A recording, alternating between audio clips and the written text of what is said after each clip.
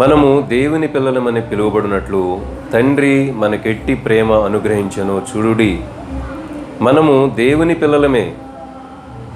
ఈ హేతువు చేత లోకము మనలను ఎరుగదు, ఏలయనగా అది ఆయనను ఎరుగలేదు. ప్రియులారా, ఇప్పుడు మనము దేవుని పిల్లలమై ఉన్నాము. మనం ఇంకా ఏమవుదుమో అది ఇంకా ప్రత్యక్షపరచబడలేదు. కానీ ఆయన ప్రత్యక్షమైనప్పుడు ఆయన ఉన్నట్లుగానే ఆయనను చూతుము గనుక ఆయనను పోలి యుందుమని ఎరుగుదుము.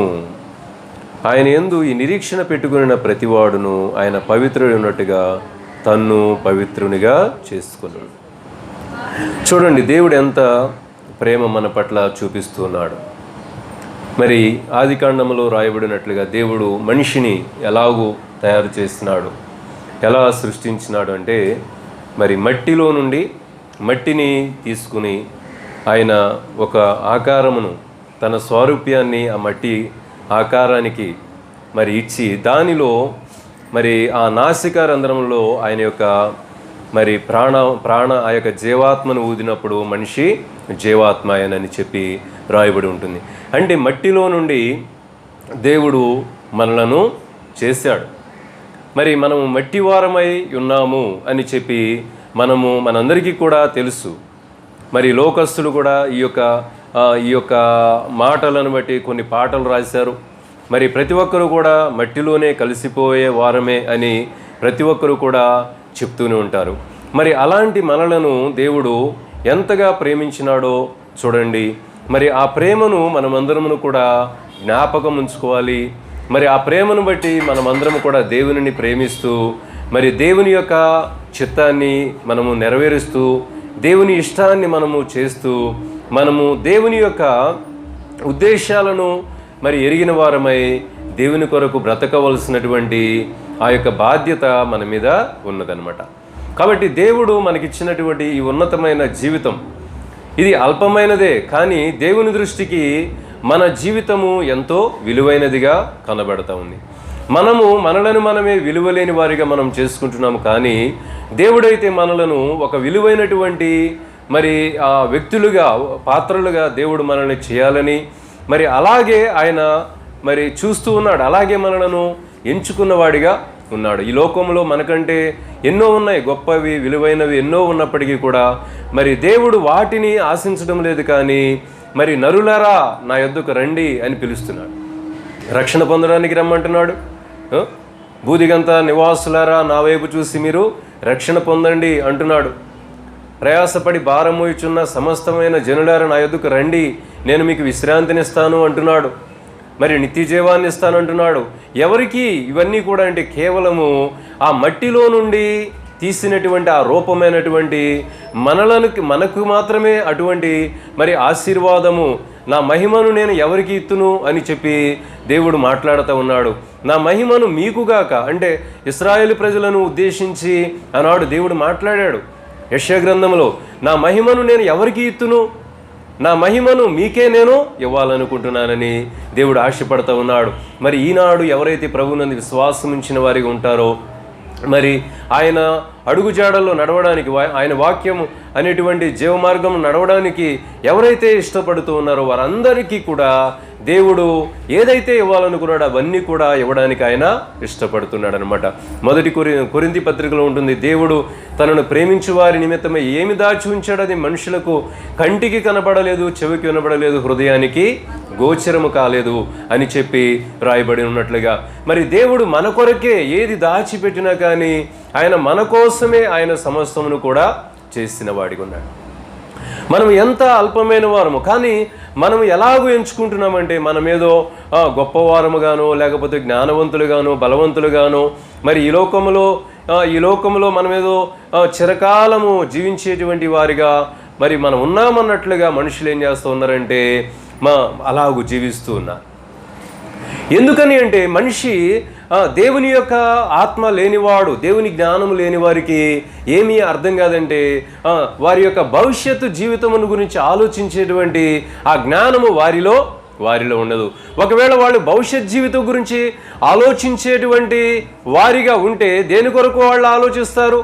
అంటే రేపు నేను ఇది సంపాదించుకుంటే బాగుంటుంది, మా పిల్లలకి ఇది సంపాదిస్తే బాగుంటుంది, అలా చేస్తే బాగుంటుంది, ఇలా చేస్తే బాగుంటుంది అనేటువంటి భౌతికమైనటువంటి వాటి విషయంలోనే వారు ఆలోచన కలిగిన వారికి ఉంటారు. కానీ రేపటి దినమున దేవుడు నా కొరకు సిద్ధపరిచినటువంటి ఆ యొక్క నిత్య జీవాన్ని నేను పొందుకోవడానికి నేను ఏమి చేయాలి అనేటువంటి ఆలోచన వారిలోనికి రాదు. అలాగే ఒక క్రైస్తవునిగా, దేవుని ఎరిగినటువంటి పిల్లలుగా, దేవుని బిడ్డలుగా ఉన్నటువంటి మరి అనేక మంది కూడా ఈనాడు ఇలాంటి ఆ స్పృహ అనేటువంటిది లేని వారిగా జీవిస్తున్నారు. మనం ప్రభువుని నమ్ముకున్నాం, కానీ ఎందుకు నమ్ముకున్నాం? ప్రభువుని వెంబడిస్తున్నాం, ఎందుకు వెంబడిస్తున్నాం? దేవుని సన్నిధికి వస్తున్నాం, ఎందుకు వస్తున్నాం? దేవుని వాక్యం వింటున్నాం, ఎందుకు వింటున్నాం? దేవుని స్తుతిస్తున్నాం, ఎందుకు స్తుతిస్తున్నాం? ఎందుకు ప్రార్థన చేస్తున్నాం? ఇలాంటి ఆలోచనలు, ఈ యొక్క ప్రశ్నలు అనేటువంటివి లేకుండానే ఆ మనిషి ఒక క్రైస్తవునిగా కొనసాగిపోతూ ఉన్నాడు.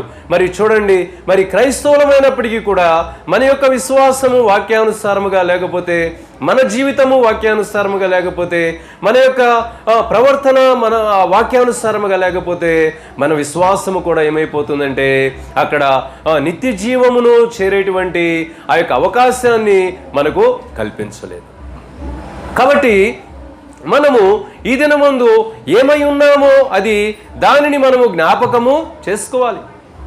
పరిశుద్ధ గ్రంథంలో భక్తులు అనేక మంది వారు జ్ఞాపకము చేసుకున్నారు. వారు ఎలాంటి వారో భౌతికముగా చూస్తేనేమో వారు ఎంతో ఉన్నతమైనటువంటి స్థితిలో ఉన్నారు, ఎంతో ఆస్తిపరులుగా ఉన్నారు, ఎంతో పేరు ప్రఖ్యాతలు కలివారిగా ఉన్నారు, ఉన్నతమైనటువంటి హోదాల్లో వారు ఉన్నారు. కానీ మరి వారు దేవుని ఎదుటకు వచ్చేటప్పటికి వారిని గురించి ఎలాగో వారు మాట్లాడుతున్నారు మనం చూస్తే చూడండి ఒకసారి. మరి దేవుడైతే దేవుడు కూడా యెషయా గ్రంథము 41వ అధ్యాయంలో, యెషయా గ్రంథము 41వ అధ్యాయము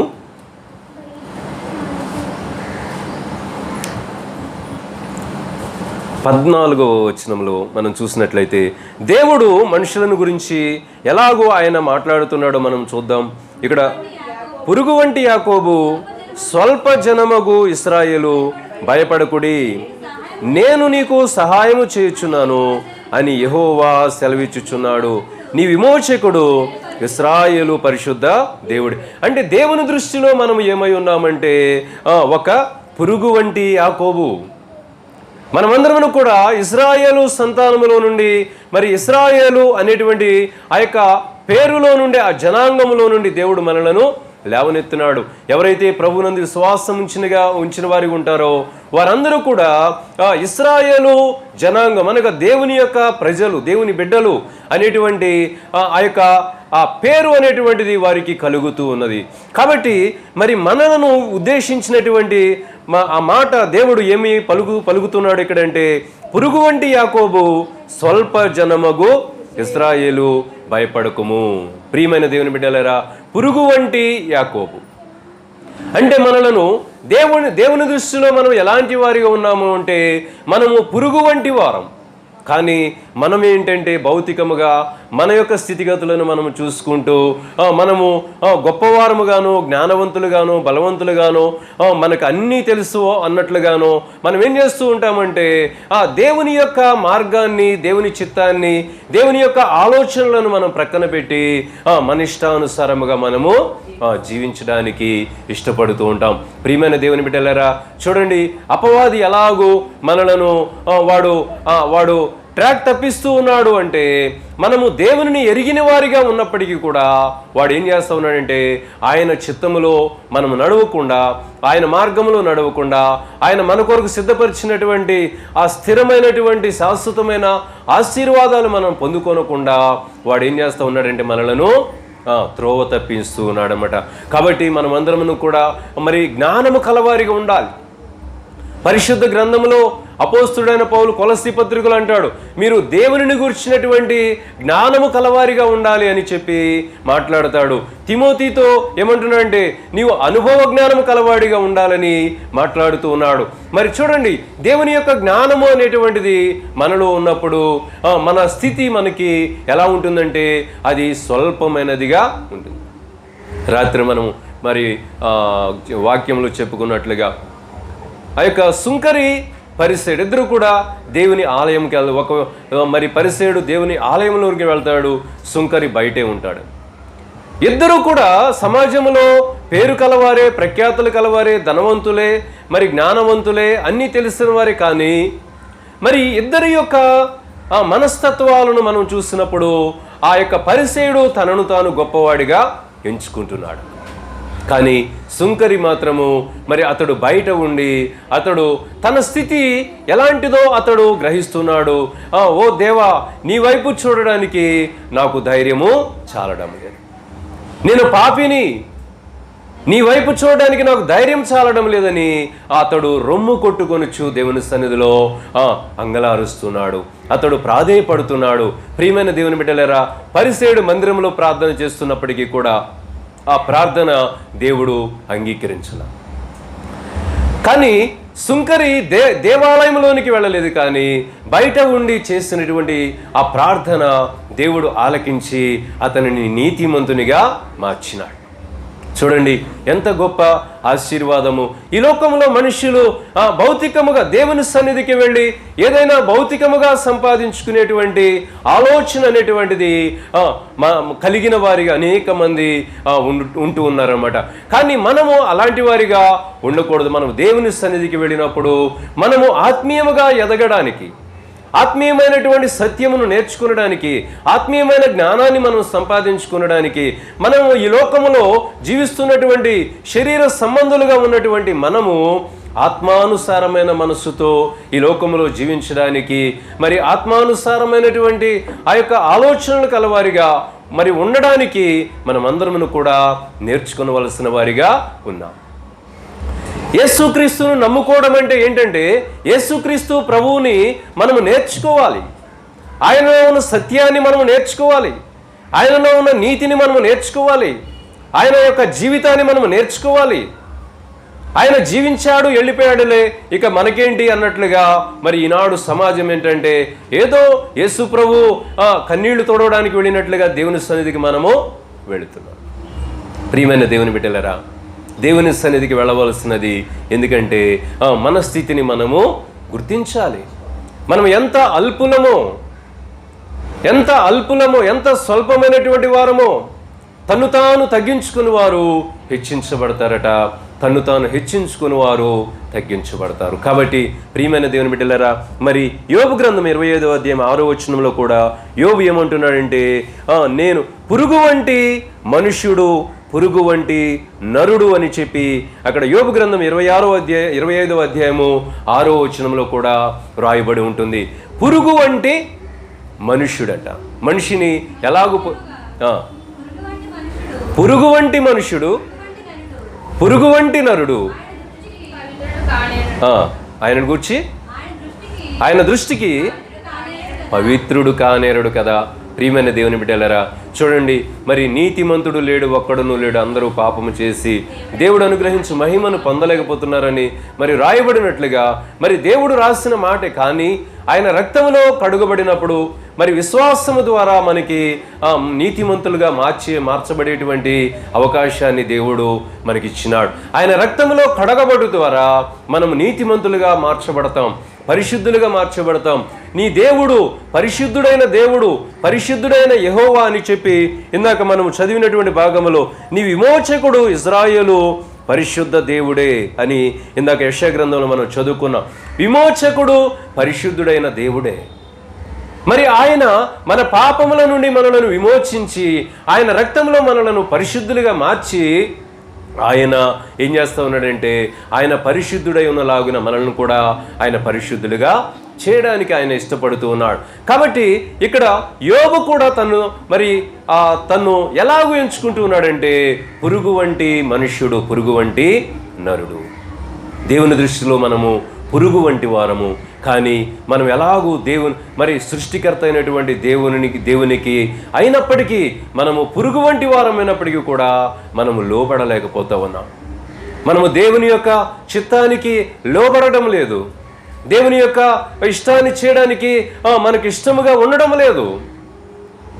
దానిని బట్టి మనము మేలు పొందుకోలేము. కానీ మనం ఎప్పుడైతే మరి దేవునిని మనము గణపరిచేవారిగా, దేవుడు గొప్పవాడని, ఆయన శక్తివంతుడని మనము గుర్తెరిగి ఆయన యొక్క సన్నిధిలో మనము తగ్గించుకుని జీవించినప్పుడు, ఆయన మాటకు లోబడి జీవించినప్పుడు మన జీవితాలను దేవుడు ఉన్నతమైనటువంటి జీవితాలుగా చేస్తాడు. భక్తుడైన మోషే 91 దావీదు కీర్తనలో అంటాడు, మహోన్నతుని చాటున నివసించువాడు సర్వశక్తుని నీడను విశ్రమించువాడు. మరి పురుగు వంటి వారమైనటువంటి మనము మహోన్నతుడైనటువంటి దేవుడు ఉన్నాడని ఆయనకు భయపడి మనము ఆయన సన్నిధికి లోబడి మనము జీవించినప్పుడు ఆయన మహోన్నతిని చాటున నివసించువాడు సర్వశక్తుని నీడను విశ్రమించువారిగా, అంటే ఆయన నీడలో మనము జీవించడానికి దేవుడు మనకు సహాయమును చేస్తాడన్నమాట.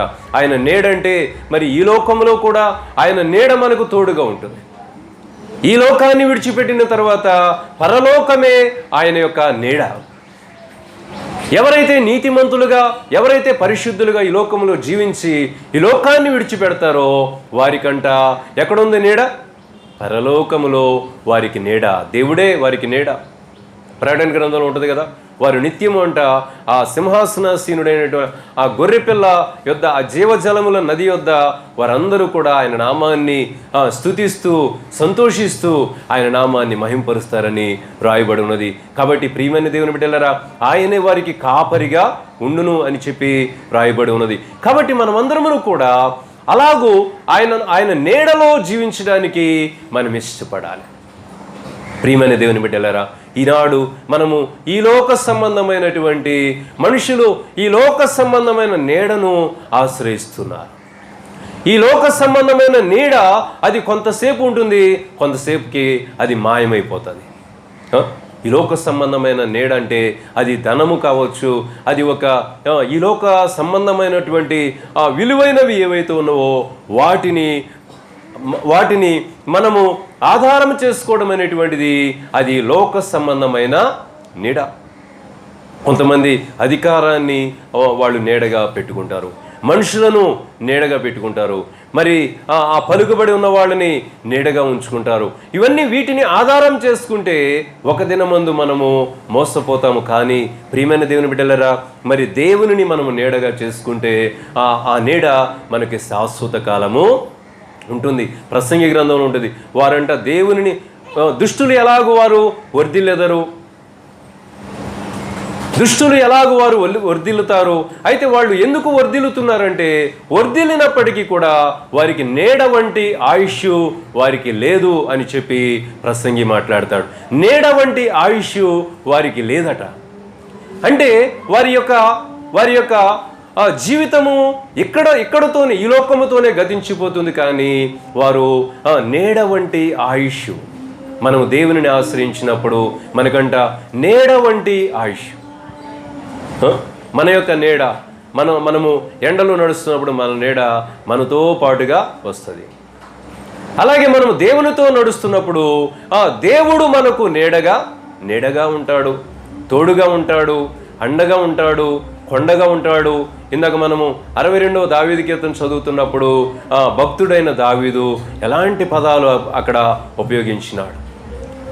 నా శైలము, నా శృంగము, నా కోట, నా రక్షణాధారము ఆయన యొద్దనే ఉన్నది, నా క్షేమాధారము ఆయన యొద్దనే ఉన్నది. ప్రియమైన దేవుని బిడ్డలారా, చూడండి, మరి రాజు అయినటువంటి దావీదు ఎవరిని ఆధారం చేసుకుంటున్నాడు అంటే ఈ లోక సంబంధమైనటువంటి వాటిని కాదు, కానీ ఆయన సృష్టికర్త అయినటువంటి దేవుడు. ఈ లోకంలో మనకి జీవాధారము, క్షేమాధారమైనటువంటి ఆ దేవుడు.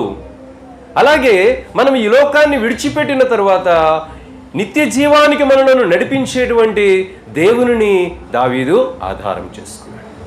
అది ఏంటంటే దేవుని యొక్క జ్ఞానము.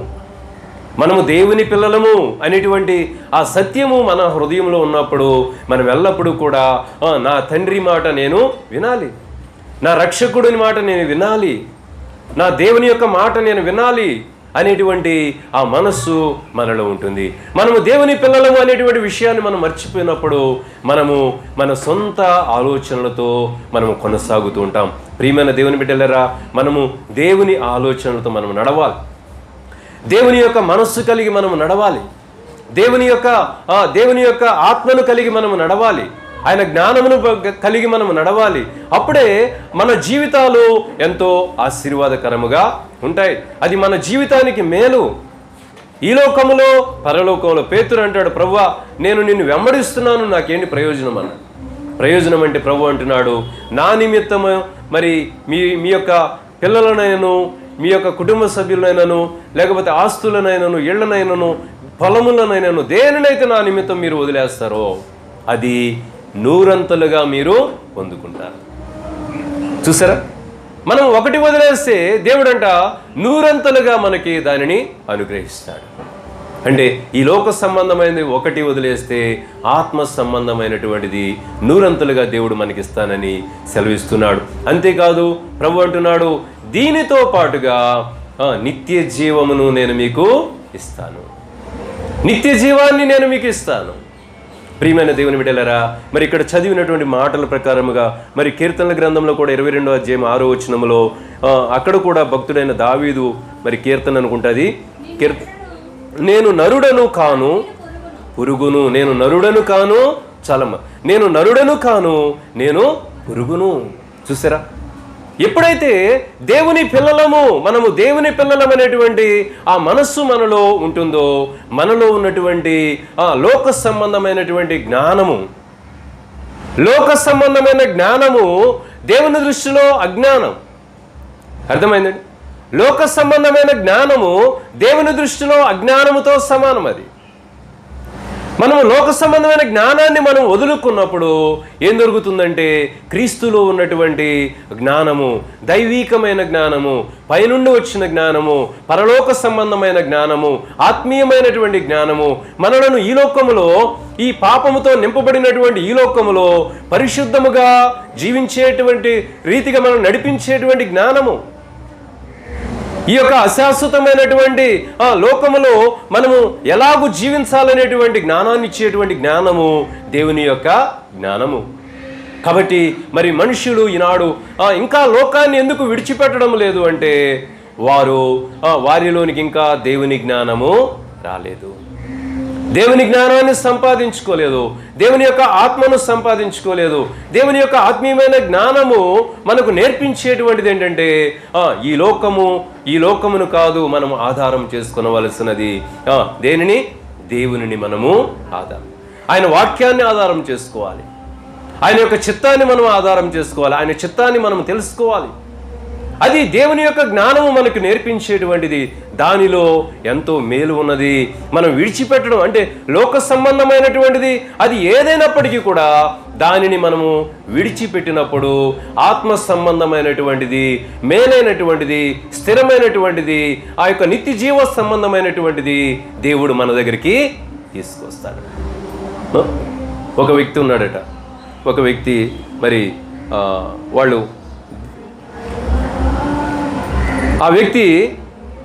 మరి ఆ వ్యక్తి దగ్గరికి వెళ్ళిన వాళ్ళందరూ కూడా మరి ఏడుస్తూ వెళ్తున్నారంట, బాధతో వెళ్తున్నారట. వచ్చేటప్పుడు సంతోషంగా వస్తున్నాడు. లోపలికి వెళ్ళేటప్పుడు ఎంతో బాధతో వెళ్తున్నారట, వచ్చేటప్పుడేమో సంతోషంగా వస్తున్నారంట, ఆనందంగా వస్తున్నారంట. ఈ యొక్క విషయాన్ని ఒక వ్యక్తి గమనిస్తున్నాడు. ఆ వ్యక్తి గమనిస్తూ ఉన్నాడు. అతను కూడా ఎంతో లోకములో ఎంతో పాపముతో నింపబడినటువంటి వ్యక్తి. అయితే ఇదంతా గమనించి అతను కూడా అసలు ఇదేంటో చూద్దామని చెప్పేసి అతను కూడా లోపలికి వెళ్ళాడట. లోపలికి వెళ్తే ఒక ఆయన అలాగూ కళ్ళు మూసుకుని అలాగూ కూర్చుని ప్రశాంతంగా ఉన్నాడు. ఆయన దగ్గరికి వెళ్ళాడంట. వెళ్ళి ఏమండి నమస్కారం అండి అని చెప్పి ఏమన్నా, మరి మీ వద్దకు చాలామంది బయట నుండి వస్తున్నారు, వచ్చేటప్పుడేమో ఏడుస్తూ వస్తున్నారు, వెళ్ళేటప్పుడేమో నవ్వుకుంటూ వెళ్ళిపోతున్నారు, ఏంటండి ఈ మాయా అని చెప్పంటే, మాయా లేదు, మంత్రం లేదు, ఏమీ లేదు అని అన్నాడంట. మరి ఏంటో నాకు కూడా చెబితే నేను కూడా చేస్తానండి అని చెప్పేసి అన్నాడంట. అంటే అయితే నీలో ఎన్ని పాపములు ఉన్నాయో వాటిలో ఎన్నో కొన్ని నీవు విడిచిపెట్టి వెళ్ళగలవా అన్నాడట. పాపం లేని వారెవరు?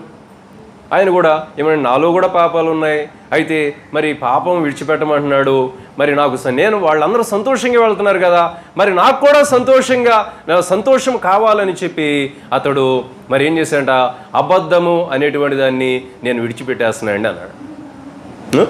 అబద్ధం అనేటువంటి దానిని నేను విడిచిపెట్టేస్తున్నానండి అన్నాడంట. సరే విడిచిపెట్టు అని అంటే వెళ్తా ఇతను కూడా కొంత ప్రశాంతత వచ్చిందంట. మరి మన మనసులో అలాగూ వెళ్తూ ఉన్నాడట. అతడు అబద్ధాన్ని విడిచిపెట్టేశాడు. కానీ మరి దొంగతనం ఉన్నది, అతడు దొంగతనాలు ఎక్కువగా చేస్తాడట. ఒకరోజు రాజుగారి దగ్గరికి ఒక రాజుగారి ఇంట్లో దొంగతనానికి వెళ్తున్నాడంట. వెళ్ళగానే అదే రోజు రాజుగారు కూడా వేరే మారువేషం వేసుకుని ప్రజలు ఎలా ఉన్నారో చూద్దామని చెప్పేసి ఆయన కూడా మారువేషం వేసుకుని బయటకు వస్తున్నాడంట. బయటకు వస్తుంటే ఆ దొంగడేమో లోపలికి వస్తున్నాడు, ఈయనేమో బయటికి వెళ్తున్నాడు. ఎదురు బుదురు ఎవరు నువ్వు అని చెప్పేసి అంటే మరి అతను అబద్ధం వదిలేశాడు కదా, ఏం చెబుతున్నాడు, నేను దొంగోడిని అన్నాడంట. నేను దొంగోడివా, మరి ఎందుకు ఇక్కడికి వచ్చావు అని చెప్పేసి అంటే రాజుగారి ఇంట్లో నేను దొంగతనం చేయడానికి వచ్చాను. ఇక అన్నీ నిజాలే చెప్తున్నాడు, అబద్ధం వదిలిపెట్టాడు కాబట్టి నిజాలే చెప్పాలి కాబట్టి నిజాలే చెప్తున్నాడు అనమాట. ఆయన రాజుగారని ఇతనికి తెలియదు, ఆయన మారువేషంలో ఉన్నాడనే విషయం ఇతనికి తెలియదు. మరి నువ్వెవరు అన్నాడంట దొంగోడు. అంటే నేను కూడా దొంగతనం చేయటానికి వచ్చాను అన్నాడు. సరే పద ఇద్దరం కలిసి దొంగతనం చేద్దామని చెప్పేసి అన్నాడంట. సరే పద అని చెప్పేసి లోపలికి వెళ్ళారంట. ఒక బీరువా తెరిస్తే లోపల డైమండ్స్ ఉన్నాయంట. 7 ఉన్నాయంట. 7 ఉంటే మరి 7 ఉన్నాయి కదా, మనం ఇద్దరం సమానంగా పంచుకోవడానికి అవకాశం లేదు కాబట్టి నువ్వు 3 తీసుకో, నేను కూడా 3 తీసుకుంటానని చెప్పేసి రాజుగారికి 3 ఇచ్చాడంట. అతను కూడా 3 తీసుకున్నాడంట. తీసుకుని ఆ ఒకటి మాత్రం అలా ఉంచేసి తలుపులేసి పద వెళ్ళిపోదాం అని చెప్పేసి వెళ్ళిపోయారంట. మరి ఈ రాజుగారి దారిన రాజుగారు వెళ్ళారు, ఆయన దారిన ఆయన వెళ్ళిపోయారు. తర్వాత రోజు రాజుగారు ఆ సేవకులందరిని పిలిచి మన మన మన కోటలోకి ఎవడో ప్రవేశించాడు, విలువైన వజ్రాలు దొంగిలించాడు, కాబట్టి ఈ మన రాజ్యంలో ఉన్నటువంటి దొంగలందరినీ తీసుకురండి అని చెప్పేసి అన్నాడు. అంటే దొంగలు అనేటువంటి వాళ్ళు ఎవరు ఉన్నారు వాళ్ళందరినీ తీసుకొచ్చారట. తీసుకొస్తే ఒరే చెప్పండిరా, ఎవరో డైమండ్స్ దొంగిలించింది ఎవరు అన్నాడంట. ఈడు కూడా ఉన్నాడు కదా వాళ్ళలో. నేనేనండి అన్నాడంట. నేనే. ఎన్ని దొంగిలించావు అంటే నేను 3 దొంగిలించానండి. నిజం చెప్పానంట. నేను నిజమే చెప్తున్నానండి, అబద్ధాలు ఎప్పుడు మానేశాను అన్నాడు. మరి ఇంకా ఏం, మరి దానిలో 7 ఉండాలి, దానిలో మరి అప్పుడు ఈ దొంగడే చెప్పాడంట ఏమని అంటే, నాతో పాటు ఇంకోటి కూడా వచ్చాడు, ఇద్దరం కలిసి దొంగతనం చేసాం, నేను 3 డైమండ్స్ తీసుకున్నాను, వాడికి 3 ఇచ్చాను అని చెప్పి అన్నాడంట. అంటే సరే 6 దొంగిలించారా, అయితే అక్కడ ఒక రాజు దగ్గర ఉన్నటువంటి ఒక వ్యక్తిని పంపించినాడట. పంపించి మరి ఆ బీరువా ఒకసారి చూసిరా అని చెప్పేసి పంపిస్తే బీరువా తెరిస్తే ఒకటి ఉందంట, డైమండ్ ఒకటి ఉంటే వీడికి ఒక ఆశ పుట్టింది. ఏంటి, వీడికి ఒక ఆశ పుట్టింది, ఈ డైమండ్ దొంగోళ్ళు దొంగిలించారు కదా, రాజుగారికి తెలియదు కదా, కాబట్టి ఒక్క వజ్రం నా దగ్గర ఇలాంటి వజ్రాలు ఒకటి కూడా లేవు, ఇది దొంగిలించేసి ఏమీ లేవని చెప్దాంలే అని చెప్పేసి వాడేం చేశాడు, అది దొంగిలించి జేబులు పెట్టుకుని, రాజా వీడు చెప్పేది అబద్ధము, అక్కడ ఏ డైమండ్స్ ఏమీ లేవు, అన్నీ దొంగిలించేశారు వీళ్ళు అని చెప్పేసి అన్నాడంట. రాజుగారికి తెలుసు కదా రాత్రి ఏం జరిగిందో. ఆయన 3 తీసుకున్నాడు, ఈ దొంగోడు 3 తీసుకున్నాడు, ఒకటి అక్కడ వదిలిపెట్టిన సంగతి రాజుగారికి కూడా తెలుసు. అయితే రాజుగారికి తెలుసు కనుక వెంటనే వాళ్ళ సేవకుల్ని పంపించి అతన్ని చెక్ చేయండి అని చెప్పేసి చెప్పగానే ఆ యొక్క రాజుకి దగ్గర ఉండేటువంటి అధికారి అనమాట, ఆ వ్యక్తిని చెక్ చేస్తే జేబులో డైమండ్. నువ్వు నమ్మకస్తుడు అని నీకు అప్పచెబితే నువ్వే దొంగగా మారేవా అని చెప్పి ఏం చేసినాడంటే, ప్రియమైన దేవుని బిడ్డలారా, మరి ఆ వ్యక్తిని ఆ యొక్క పదవిలో నుండి తీసివేసి, ఆ ఉద్యోగంలో నుండి తీసివేసి, ఇలాంటి వ్యక్తి నిజము చెప్పేటువంటి వ్యక్తులు మనకి కావాలి అని చెప్పి ఈ దొంగని తీసుకొచ్చి ఆ ఉద్యోగంలో పెట్టుకున్నారు. చూసారా ఏమైపోయింది, ఒక అబద్ధాన్ని వదిలిపెట్టడం వలన తనకి లోకములో అనేక మందికి లేనటువంటి ఘనత ఆ వ్యక్తికి వచ్చింది. అలాగనమాట. ఏంటంటే మనము విడిచిపెట్టుడు వలన, లోకాన్ని విడిచిపెట్టుడు వలన ఏం కలుగుతుందంటే మనకి ఘనత. దేవుడైతే ఆ రాజు అయితే ఒక ఉద్యోగమే ఇచ్చాడు, కానీ మరి ఈ లోకాన్ని మనం విడిచిపెట్టినప్పుడంట దేవుడు మనకి ఏమిస్తున్నాడు? పరలోకాన్ని మనకి స్వాస్థ్యముగా ఇస్తున్నాడు. తన బిడ్డలైన వారికి ఆయన నిత్య జీవాన్ని స్వాస్థ్యముగా ఆయన ఇవ్వడానికి ఇష్టపడుతూ ఉన్నాడు. కాబట్టి ప్రియమైన దేవుని బిడ్డలరా, ఇక్కడ మనం మొదటి యోహాను పత్రిక 3వ అధ్యాయం మొదటిలో చదివినటువంటి రీతిగా మనము దేవుని పిల్లలమని పిలువబడుటకు తండ్రి మనకెట్టి ప్రేమను అనుగ్రహించనో చూడుడి. మనకి ఎలాంటి ప్రేమను అనుగ్రహించినాడు అంటే, ఆయన ప్రేమ మన పట్ల ఎలా చూపించినాడో మనము దానిని ఎప్పుడూ కూడా మర్చిపోకూడదనమాట. మరి క్రైస్తవులుగా, దేవుని బిడ్డలుగా మనం ఎలా జీవించాలి అనేటువంటి దానిని మనము ఎప్పుడు కూడా నేర్చుకుంటూ ఉండాలి. వాటిని మనము అనుసరించేటువంటి వారిగా మనం ఉండాలన్నమాట.